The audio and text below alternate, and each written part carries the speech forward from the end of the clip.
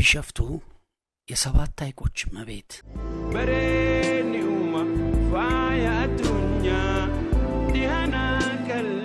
መነሻዎትን ከአዲስ አበባ በሳሊተ ምሕረት በጎሮ አድርገው የቱሉ ዲምቱን የጋራ መኖሪያ ቤቶች ካለፉ አዲሱ የፍጥነት መንገድ መግቢያ ይደርሳሉ። በጥሩ ፈገግታና በመልካም ጉዞ ምኞት በተቀበሉት የአገልግሎት ትኬት ቆራጭ በጎ ስነ ምግባር ተገርመው ሳያበቁ ቢሸፍቱ ይደርሳሉ። አቤት ፍጥነቱ! በፈጣኑና በሱልጥኑ መንገድ ምቾት ጨምረው ጊዜዎትን አትርፈው ወደ ለምለሟ ቢሸፍቱ የቀድሞዋ ደብረ ዘይት ከተማ ይዘልቃሉ። ቢሸፍቱ በ1917 ዓ.ም ከኢትዮጵያ ጅቡቲ የባቡር መስመር ግንባታ ጋር በተያያዘ የተመሰረተች ከተማ እንደሆነች ሰነዶች ይጠቁማሉ። አንዳንድ ሰነዶች ደግሞ ቢሸፍቱ ከሁለተኛ ዓለም ጦርነት በኋላ እንደተመሰረተች ይናገራሉ። ቢሾፍቱ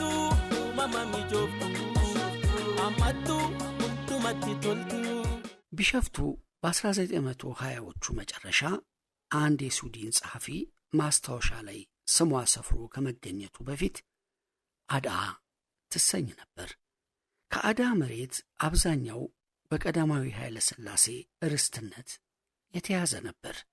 በኋላም ጣሊያን በ5 ዓመታት ቆይታው በ15,000 ሄክታር መሬት ላይ የቀኝ ግዛት ማዕከልና የግብርና ሰርቶ መሳያ ጣቢያ አቋቋመበት። የአስተዳደርና የአገልግሎት መስጫ ቤቶችንም ገነባበት። ቢሸፍቱ በዝቋላና በየረር ጋራ ስር ተሸጉጣ የእናቷን ሙቀት እንደምትወስድ ሕፃን ትመሰላለች። ከከተማዋ 15 ኪሎ ሜትር ምስራቅ አስከራሚ ከፍታ ማራኪ እይታ ያለው የዝቋላ ተራራ ይገኛል። ከተራራው ላይ የሚፈልቀው ጠበል ለእይታም ለጤናም ፍቱንነቱ የታመነ ነው።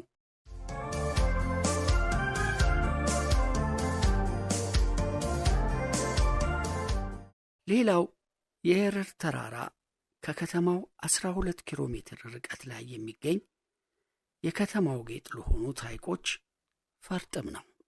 በንጉሡ ዘመን በየረር ተራራ ላይ ሕዝቡ በጥሪ ችግኝ እንዲተክል ይደረግ ነበር።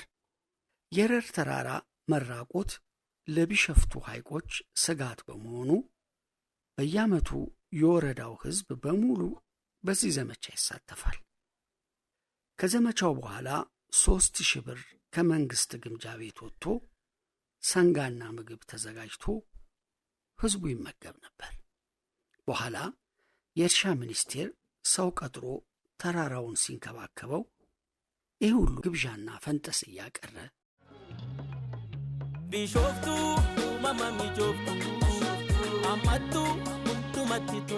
ቢሸፍቱ 7 ውብ ሐይቆች የሚገኙባት የስምጥ ሸለቆ መነሻ ከተማ ናት። ሐይቆቿ ክብ፣ 4 ማዕዘንና በቪ ቅርጽ የተቀመጡ ከአካባቢው መሬቶች ጉያ ስር የተሸጎጡ ናቸው። እችን ውብ ከተማ ብዙዎች የመዝናኛ፣ የአበባ፣ የውሃ ስፖርት ከተማ ይሏታል። በተጨማሪም የአዕዋፋት መናኸሪያ፣ የተለያዩ ማኅበረሰቦች የሚኖሩባት ኅብራዊ ከተማም ይሏታል። ከተማይቷ ስሟን ያገኘችው ከ7ቱ ሐይቆች አንዱ ከሆነው ከቢሸፍቱ ሐይቅ ነው። ሐይቁ ማራኪና የክብ ቅርጽ ያለው በአካባቢው ካሉት ሁሉ በጥልቀቱ ከፍተኛ ነው። 78 ሜትር ጥልቀት ያለውና ውብ እይታን የተላበሰ ነው። የኢትዮጵያ አየር ኃይል ታሪክም ሲነሳ የቢሸፍቱ ታሪክ አብሮ ይታወሳል። የኢትዮጵያ አየር ኃይል ከአዲስ አበባ ልደታ አየር ማረፊያ ወደ ቢሸፍቱ በ1946-1937 ዓ.ም አቀና። በካርል ጉስታቭ ቫን ሮዘን ስር በሚገኝ 19 የስዊድን የአየር ኃይል አሰልጣኞችና ረዳቶቻቸው በ1937 ገደማ ቢሸፍቱ ደረሱ። ኢትዮጵያውያን የበረራ ተለማማጆችና ስዊድናውያን መምህሮቻቸውም አንድ ላይ በመሆን የመጀመሪያውን የአየር ኃይል ቤዝን ገነቡ። ከስዊድን የተገዛችው 6 ሳብ 91 ሳፋሪ የመለማመጃ አውሮፕላን ወደ አዲሱ የአየር ኃይል ሜዳ ከታህሳስ 24 1937 እስከ ጥቅምት 1937 በቢሸፍቱ አየር ላይ ተንሳፈው በስዊድን አብራሪዎች አማካኝነት ከአየር ኃይል ቤዝ ደረሱ።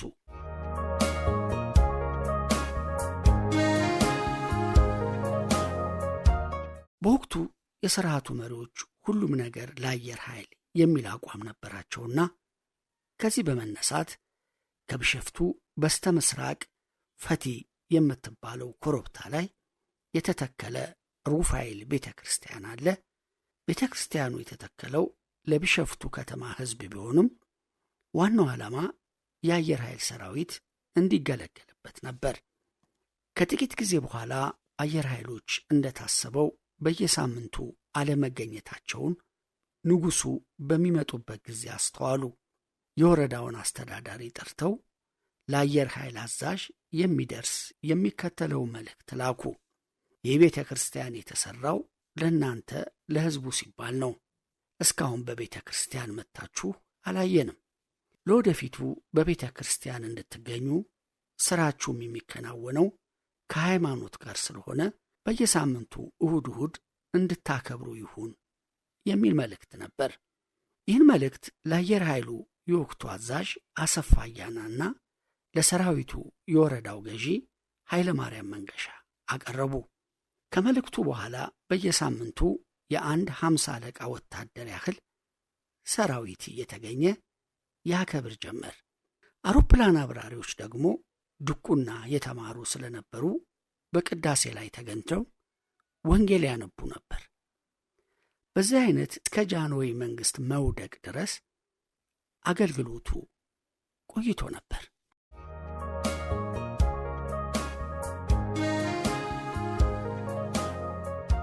በዛን ዘመን በቢሸፍቱ የቀዳማዊ ኃይለ ሥላሴ የረፍት ጊዜ ማረፊያ ቤተ መንግሥት ይገኛል። ይህ በከተማው የተገነባው ቤተ መንግሥት ፌር ፊልድ ይሰኛል። ንጉሡ በስደት ወቅት ከነበሩበት የእንግሊዙ ባዝ መኖሪያቸው መልስ ያስገነቡት ነበር። ይህ ሁለተኛ ቤተ መንግሥት ንጉሡ በሳምንቱ መጨረሻ አርብ መጥተው እሁድና ቅዳሜን እዚህ አርፈው ሰኞ ይመለሳሉ። አቶ ኃይለ ማርያም መንገሻ የአዳ ገዢ፣ የሁለተኛው ቤተ መንግሥት ኃላፊ በወቅቱ የነበረውን ሁኔታ ሞት አምባ ደርሶ መልስ በሚለው መጽሐፋቸው እንዲገልጸውት ነበር።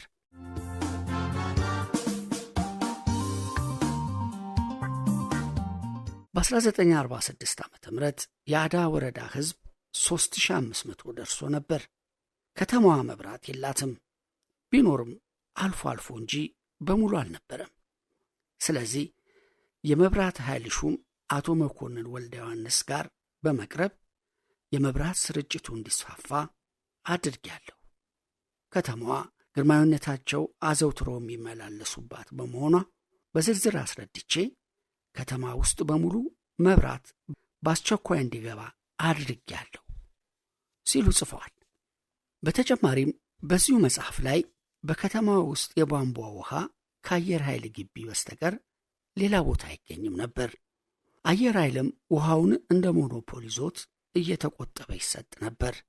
ከአየር ኃይል አዛዥ ከጀነራል አሰፋ አያና ጋር ተነጋግሬ መስመሩን ለቀቁልን። ሕዝቡም እየሳበ ይወስድ ጀመር። ይህ ሆኖ የውሃ መስመሩ በቂ አልነበረም። ስለዚህ በሀገር ግዛት ውስጥ የአጠቃላይ ማዘጋጃ ቤት ምክትል ሚኒስቴር የነበሩት ጀነራል ነጋ ኃይለ ሥላሴ ተጨማሪ ውሃ እንዲገኝ 6 ጉድጓድ አስቆፍረው ውሃ ለማድረስ በመቻሉ የሕዝቡ ብዛት ከፍ እያለ መጣ ሲሉ አስፍረዋል። በወቅቱ የቢሸፍቱ የውሃ የመብራትና የመንገድ አገልግሎት በመሻሻሉ ከተማዋ ከአዲስ አበባ በቅርብ ርቀት በመገኘቷ የአዲስ አበባ ሕዝብ ቢሸፍቱ ለመስፈር ይመኝ ጀመር። ነገር ግን የቦታ እጥረት ወይም ጥበት አጋጠመ። የልዑል ራስ ካሳ ሎሌ የነበረ አንድ ሰው አንድ ጋሻ መሬት ከከተማው ጥግ ስለነበረው ያንን መሬት እየሸነሸነ የሚፈልግ ሰው እንዲመራ በመደረጉ ችግሩ እንደተቃለለም የወቅቱ ገዢ በመጽሐፋቸው አስፍረዋል። ይህም ስላልበቃ የፊታውራሪ አመኑ ተወላጆች አንድ ጋሻ መሬትን ፕላን ከሚሰራ መሐንዲስ ጋር ተዋውለው ቦታው ተተምኖ ለሕዝቡ እንዲከፋፈል ተደረገ። የአዲስ አበባ ሀብታሞችም መጥተው ጥሩ ጥሩ ቤት እየሰሩ ይዝናኑ ጀመር።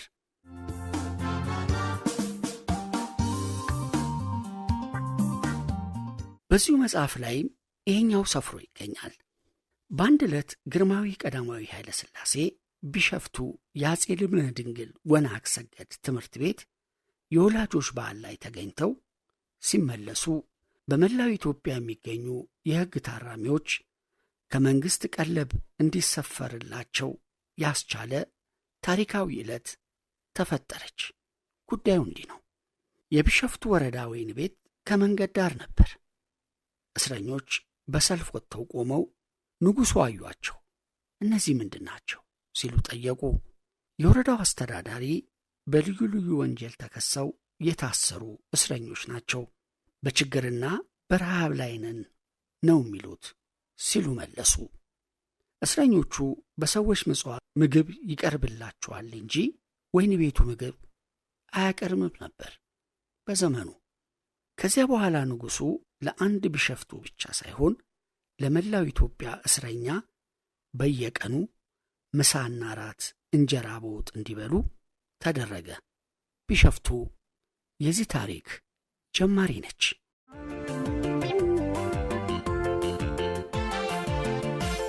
ቢሸፍቱ አረንጓዴዋ ምድር ለኢትዮጵያውያን ከተሞች የአበባ ማኅፀን ነበረች። በየትኛውም አቅጣጫ ወደ ከተማው ሲዘልቁ ዓይኖን ይዘው የሚያስቀሩ የአበባ ችግኝ ብፌዎችን ያያሉ፣ ይቀበሎታል። አበቦች ረቂቅ ውበትን የተጎናጸፉ ድንቅ የተፈጥሮ ጸጋ ናቸው። ተምራዊ ውበታቸው የደስታ ሞገድ ይፈነጥቃል። ለአበቦች ውበት መንፈሱ የማይማረክ የስሜት ሕዋሱ ከጥቅም ውጭ የሆነ ብቻ ነው። የትኛውም የሀገራችን ከተማ አበባ ወዳጅ ከሆኑ ወደ ቢሸፍቱ አቅኑ። በየትኛው ወር በየትኛውም ጊዜ ለአካባቢው አየር የሚስማማ ቤቶንና አካባቢውን የሚያስውብበት የአበባ ችግኝ ያሉ። ቢሾፍቱ አርጃ ለፈጪቱ አወንቱ ደቼ መጋሪቱ። በሀገራችን ኢትዮጵያ እያንዳንዱ አካባቢ ሌላው ዘንድ ጨርሶ የማይታወቅ አንዱ ያለው ሌላው የሌለው ቢያንስ አንድ የተፈጥሮ ሀብት የተፈጥሮ መስህብ አለው።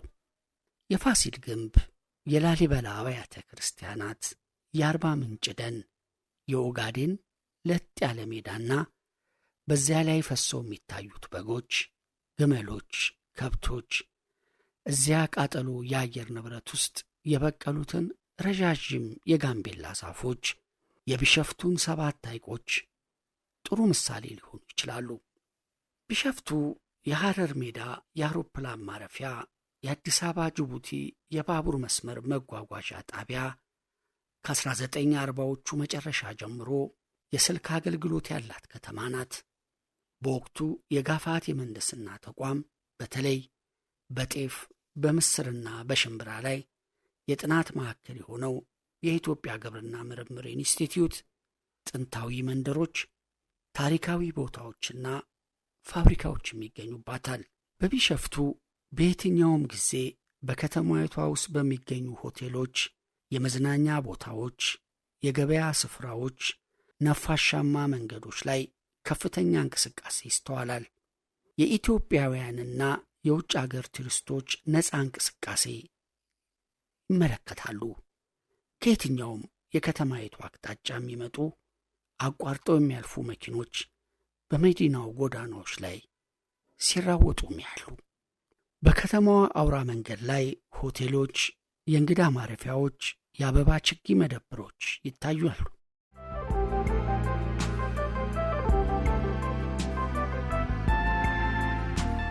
የቢሸፍቱ ሐይቆች አፈጣጠራቸው አንድ ይሁን እንጂ የራሳቸው መልክ፣ መጠንና ውበት አላቸው። ሐይቆቹ በአካባቢያቸው ካለው መልክዓ ምድር ስር የተንጣለሉ ናቸው። ሆራ ሐይቅ ከሌሎች ሐይቆች ለየት ያለ ጎን ለጎን በተቀመጡ ሁለት የእሳተ ገሞራ አናት ስር የተቀመጠ ሐይቅ ነው። ሆራ ከአንድ አቅጣጫ ሲያዩት የ8 ቁጥር ቅርጽ አለው። ምዕራብ ጫፉ 40 ሜትር፣ ምስራቅ ጫፉ 26 ሜትር ጥልቀት አለው። ከሁሉም ሐይቆች በቀዳሚነት ለመዝናኛ አገልግሎት የዋለ ነው። በርካታ መስህቦችን ይዟል። የኦሮሞ ሕዝብ ባህላዊና መንፈሳዊ በዓል ኢሬቻ በየዓመቱ የሚከበርበት ልዩ ቦታ ነው። የዓሣ ዝርያዎችና የውሃ ውስጥ ወፎች ሀብት ለዓሣ ማጥመድና ለአዕዋፍ እይታ ዕድሎችን ይሰጣል። ጎብኚዎች እንደ ኮርሞራንት፣ መዶሻ ሰብሎች፣ ዳክዬዎች፣ ዝይና የሄሮን ኪንግ ፊሸር ዳርተርስና ሸመላ ያሉ ወፎችን ማየት ይቻላል። በየዓመቱ በመስከረም ወር መጨረሻ አካባቢ የኦሮሞ ሕዝብ በሆራ ሃርሳዴ ሐይቅ ዳርቻ ላይ ባህላዊ የምስጋና ሥነ ሥርዓት ለማካሄድ ይሰበሰባል። በየዓመቱ በሚሊዮን የሚቆጠሩ ሰዎች የሚሳተፉበት ይህ ሥነ ሥርዓት በአፍሪካ ውስጥ የሚተገበር ጥንታዊ የሃዳዊ እምነት አይነት እንደሆነም ይታመናል። በዚህ ሥነ ሥርዓት ላይ ሕዝቡ ለከብቶቻቸውና ለቤተሰቦቻቸው መልካም ፈቃድና ደህንነት እንዲሁም ለሚመጣው ዓመት ብልጽግና ወደ እግዚአብሔር ይጸልያሉ። ወጣት ኦሮሞዎች በዋናነት በዚህ ሥነ ሥርዓት ላይ የሚገኙት በቀለማት ያሸበረቁ ባህላዊ ልብሶቻቸውን፣ ጭፈራዎቻቸውንና ዘፈኖቻቸውን ይዘው ሲሆን ይህም ቦታውን ለመጎብኘት ተስማሚ ያደርገዋል።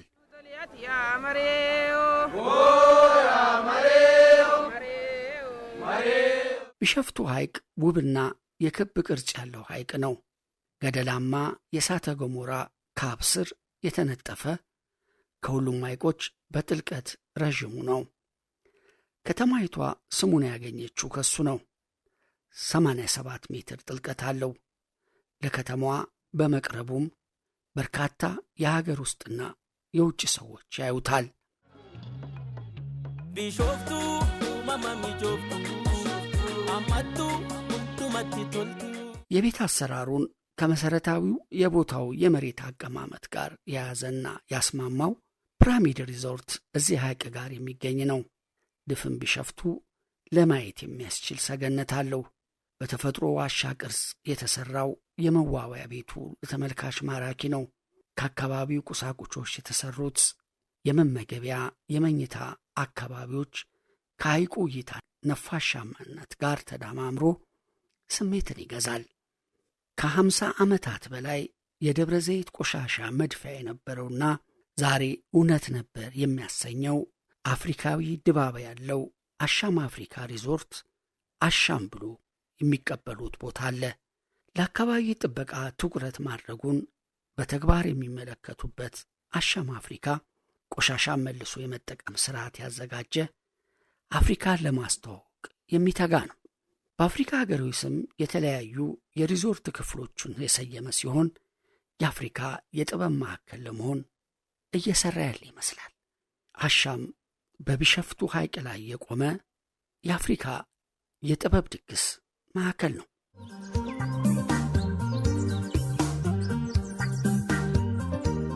ቢሸፍቱ ጉዳ ከሆራ ሐይቅ አነስ የሚል ቢሆንም በጥልቀቱ ግን ከሆራ የበለጠ ነው። 65 ሜትር ጥልቀት አለው። ከከተማይቷ 4 ኪሎ ሜትር ሰሜን ምዕራብ ይገኛል። በዙሪያው ለመዝናኛ የሚሆኑ የተመቻቹ ነገሮች ይገኙበታል። ከሆራ አርሰዴና ከቢሸፍቱ ሲወዳደር ቢሸፍቱ ጉዳ ከሰዎች ተጽዕኖ በዝቅተኛ ደረጃ የተጠቃ ነበር። አረንጓዴ ሐይቅ የተባለው በሐይቁ ላይ አረንጓዴ አልጌዎች በመገኘታቸው ነው። ከቢሸፍቱ 9 ኪሎ ሜትር ደቡብ ላይ ይገኛል። ሐይቁ ጥልቀት የሌለው፣ በምዕራብ በተራራ ጉብታ የተከበበ፣ በምስራቅ ክፍት የሆነ በርካታ አዕዋፋት የሚገኙበት ነው።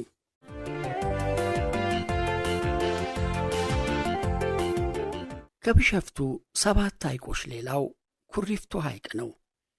ኩሪፍቱ ሐይቅ ንጹሕ ውሃና የውሃ ላይ አዕዋፍት የሐይቁ መገለጫዎች ናቸው። ለባቦጋያ ቅርብ ነው። በሐይቁ ላይ ባለ 5 ኮከብ ኩሪፍቱ ሪዞርት እና ሌሎችም ይገኛሉ። በአካባቢው የባህል መንደርም አለ። በድንጋይና በሳር የተሰሩ ቤቶች፣ ልምላሜው ያማረ የውስጥ ቁሳቁሶቹ ኢትዮጵያዊ ሆነው ሪዞርት ያጋጥሙታል። ተፈጥሮንና የኩሪፍቱን ሐይቅ ማየት የሚያስችል ምቹ እይታ ያላቸው የተለያዩ አሰራር ጥበቦች አሉት። እዚህ ሐይቅ ዳር ለመንፈስ እርካታ የሚሰጥ ተፈጥሯዊ እውነት አለ። በፍራፍሬ ዛፎች የተሞላ በአበቦች ያሸበረቀ በስመጥር ኢትዮጵያን ሰዓሊያን ሥራዎች የተጌጠ ሪዞርትም ያሉ።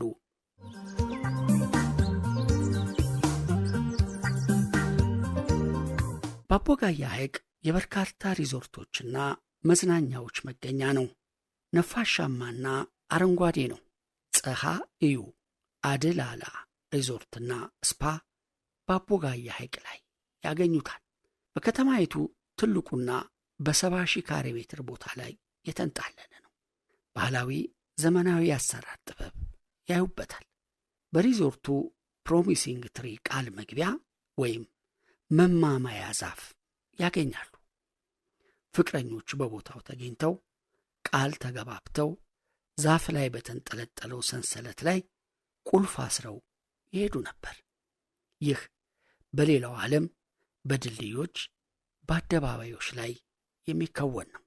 ራስን ለማዳመጥ የሚመቹ ለተፈጥሮ ሁኔታ እጅግ የላቀ ግምት የሚሰጡ ሪዞርቶችም በዚህ ሐይቅ ላይ ያገኛሉ። ከዘመኑ ግርግር የሚርቁበት የዓለምን ጣጣ ከታዘዋ ስር አምጥተው ጭንቅ ጥብብ ከሚያደርጉት ሬዲዮንና ቴሌቪዥን የሚኮራረፉበት መዝናኛዎችን ያገኛሉ። አንዳንዶች ገዳም ማለት ነው የሚሉትን አይነት ባህላዊ ቁሳቁሶች፣ ትንንሽ ጎጆዎች፣ በቀርከሃ የተለበጡ ጭቃ ቤቶች፣ ባህላዊ መጠጦች፣ ምግቦች መገለጫቸው የሆኑ መዝናኛዎችን ያገኛሉ። ላም ሊያልቡ ይችላሉ። አረቄ ሊያወጡም ይችላሉ። እንደ ገዳም አይነት ነው።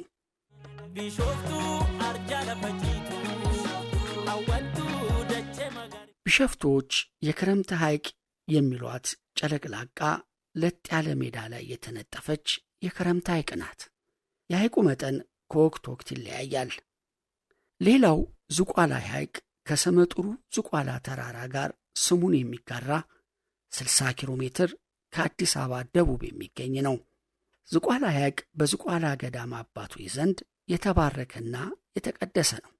ሐይቁ ያለበት ገዳም በ13ኛው ክፍለ ዘመን በአባ ተክለ ሃይማኖት የተገደመ ነው።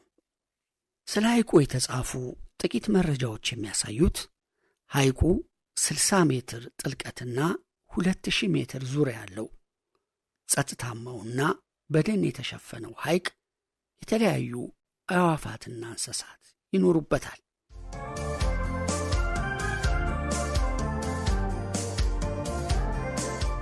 ቢሸፍቱ በመካከለኛው ኢትዮጵያ የኦሮሚያ ብሔራዊ ክልላዊ መንግሥት ውስጥ የምትገኝ ከተማ ናት። ከአዲስ አበባ በስተደቡብ ምስራቅ አቅጣጫ በ47.9 ኪሎ ሜትር ርቀት ላይ ትገኛለህ። ቀደምት የሆኑ አንዳንድ ተጓዦች የአሁኗን ቢሸፍቱ አዳ ብለው ይጠሯታል። ደብረ ዘይት በመባልም ትታወቅ ነበር። ቢሸፍቱ የሚለው ስም ትርጓሜ ውሃ የምትነዳ ማለት ነው። ቢሸፍቱ በ1920 ሜትር ወይም 6300 ጫማ ከፍታ ላይ ነው የምትገኘው።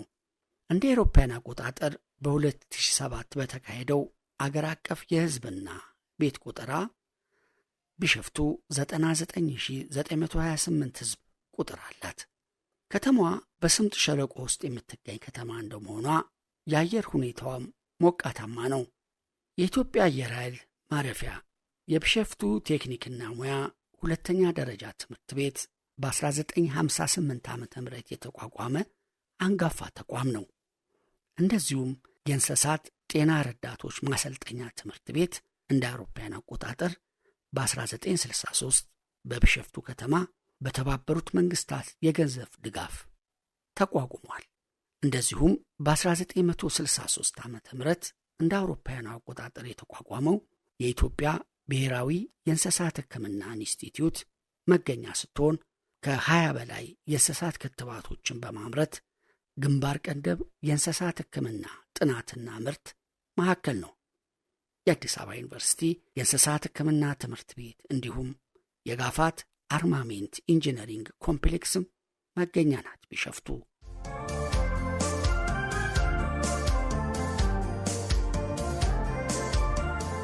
የቢሸፍቱ ከተማ አሁን ለደረሰበት ለውጥና እድገት የኢትዮጵያ አየር ኃይል ሚና ከፍተኛ ነው።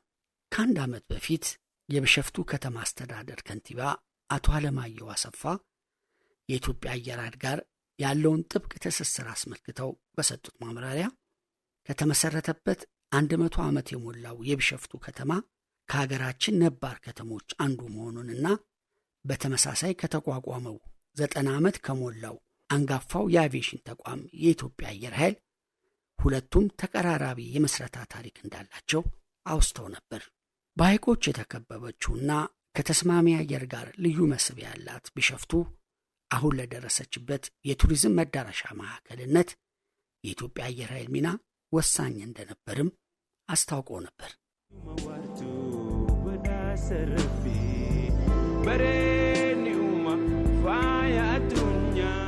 ቢሸፍቱ በቅርብ ብዙ ነገር እየተለወጠች የመጣች ከተማ ናት።